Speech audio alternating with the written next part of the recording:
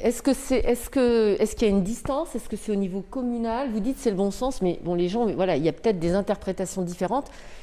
Est-ce qu'on peut un peu préciser en fait? Bah, on est dans le Finistère, donc je vais prendre quelques exemples. Donc si j'habite effectivement dans un petit bourg sur la côte, bon, je vais me promener sur le sentier côtier, je peux aller sur la plage, puisque je suis en fait du coin, je me promène un peu. A contrario, si je prends ma voiture pour aller faire une balade à pied, si je prends ma voiture pour aller sur la plage, par exemple, bah, je considère que c'est non. Si je viens de Quimper pour aller à Begmey me promener, la réponse est non, a fortiori pour aller à Plumeur ou La Torche. Bon. Et encore une fois, je reviens sur l'idée de dire c'est une petite, voilà, c'est une manière de s'aérer, de faire un peu d'exercice selon la situation de la famille, les enfants, pas les enfants, je suis sportif, je suis plus jeune, etc. Mais je le fais à proximité et comme le disait le ministre de l'Intérieur, avec parcimonie. Ça veut tout dire, voilà. Ok, merci. Donc, concernant ce qui est autorisé là pour les gens de sortir de chez eux pour s'aérer, on dit à proximité du domicile et il y a différentes interprétations en fait en fonction des gens. Est-ce que vous pouvez donner un peu une sorte de cadre à cette définition de proximité? Alors c'est vrai que chacun va vouloir lire comme il le voudra, effectivement, cette disposition qui est assez apparemment assez souple. Bon. Néanmoins, quand on regarde précisément de quoi il s'agit, c'est un bref déplacement. Le ministre l'a dit d'ailleurs, il faut en faire usage avec parcimonie.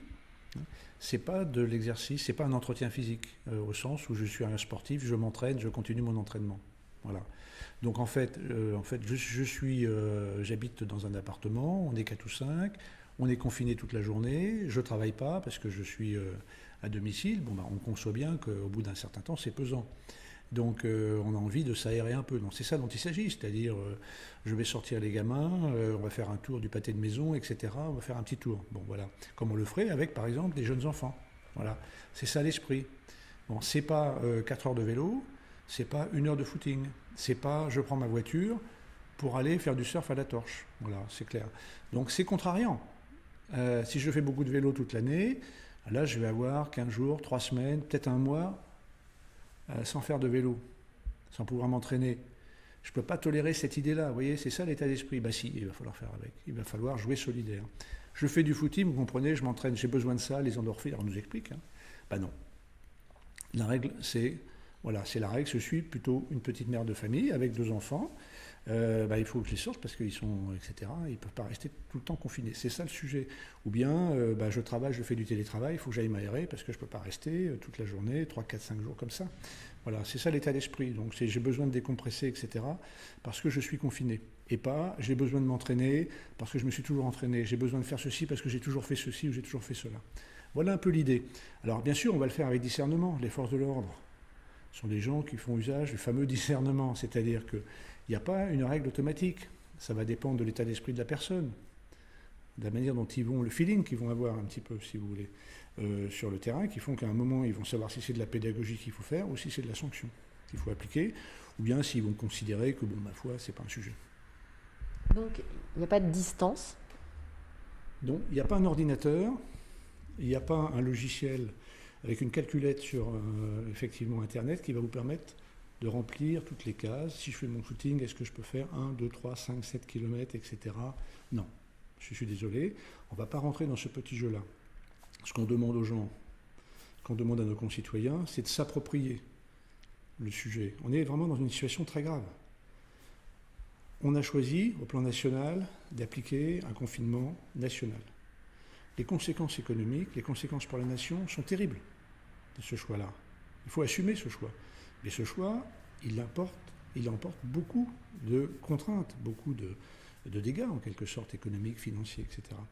Si c'est pour que ça ne marche pas, franchement, c'est pas raisonnable. Donc, on fait tous son meilleur effort pour prendre à notre compte, effectivement, cet objectif de respect des autres, de respect de soi-même, de respect du confinement. Bien sûr, je peux dire, mais attendez, je fais mon footing, je ne vois personne. Ou certains disent, mais attendez, je fais du bateau tout seul. Où est le problème? Je suis confiné sur mon bateau, je suis confiné dans ma voiture, etc.